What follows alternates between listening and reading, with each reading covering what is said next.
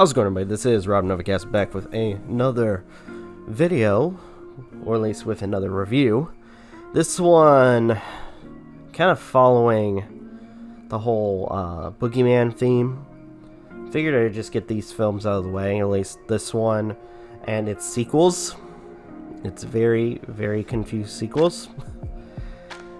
And just kind of give my thoughts on this, because, oh boy. This one, I don't know if I could say this, but I feel like this one could have had potential if it went a different path. So,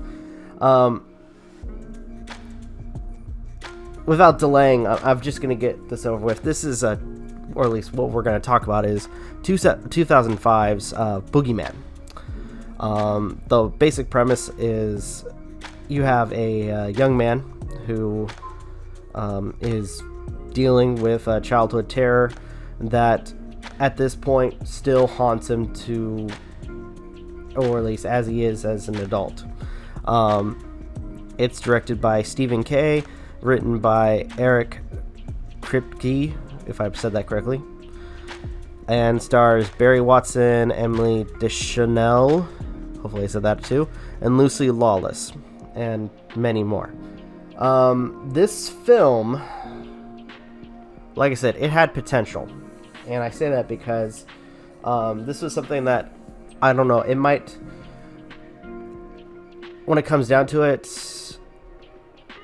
if it went a different pathway when it comes down to the horror or like of the who the killer is or the monster, it probably would have been done a lot better, instead of just going full on supernatural, because that's basically the whole thing.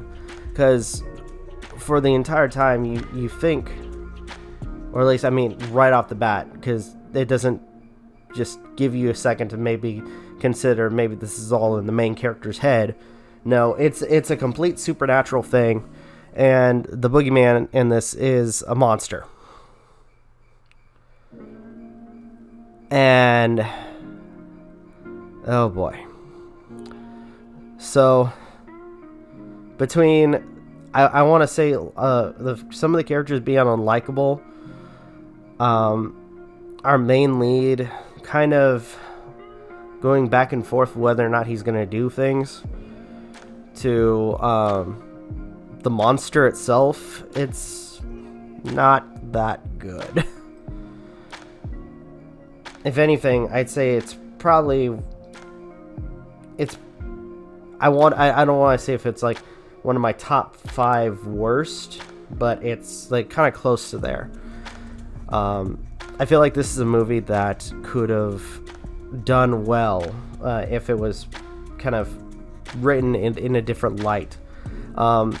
It's riddled with jump scares, which when it comes down to horror, it's jump scares, like pointless jump scares, are one of those things that just bore me when it comes to a film, because at that point I feel like it's just cheap scares. When it comes down to some of the music, I mean, there's barely any music in this. The ideas of how to defeat the monster, I want to make a joke about It Chapter 2's Ritual Chode, where it means Jack for the very end. The way they defeat the monster, or set up the way to defeat the monster, doesn't work. But it's like, what do you expect? I don't want to go too much into it, but it's just, this is, I mean, honestly, I'm speechless. Again, I think I've said it twice already. This movie could have potential, and if anything, instead of it being a supernatural thriller, make it into a type of maybe horror slasher, where the entire time you are made to believe that it might be like an actual boogeyman, but instead it's like a real person, and maybe if anything, make it seem like the main character is the one that's killing everyone. Honestly, that probably would have been or at least gave this movie a chance. But unfortunately, that's not what happens. Though, I will say, apparently, they did that for the sequel.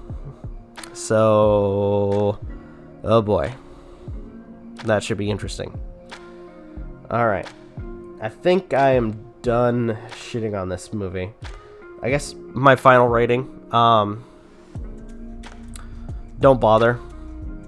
I would say it's not one of those movies that's enjoyable, to say the least. It's very confused in how it's set up, and if it was implemented differently, it probably would have had a chance. But yeah, it's not great. It's not the best movie I've ever seen. So thank you guys so much for watching. Truly appreciate it. If you guys can, please leave a like, comment, share, subscribe, all the good stuff. If you guys want to follow some social media, links are in the description down below, as well as check our Discord, as well as our daily content and the weekly podcast. With that being said, this is Rob Novakast signing off. Have a good one, and take care. Peace.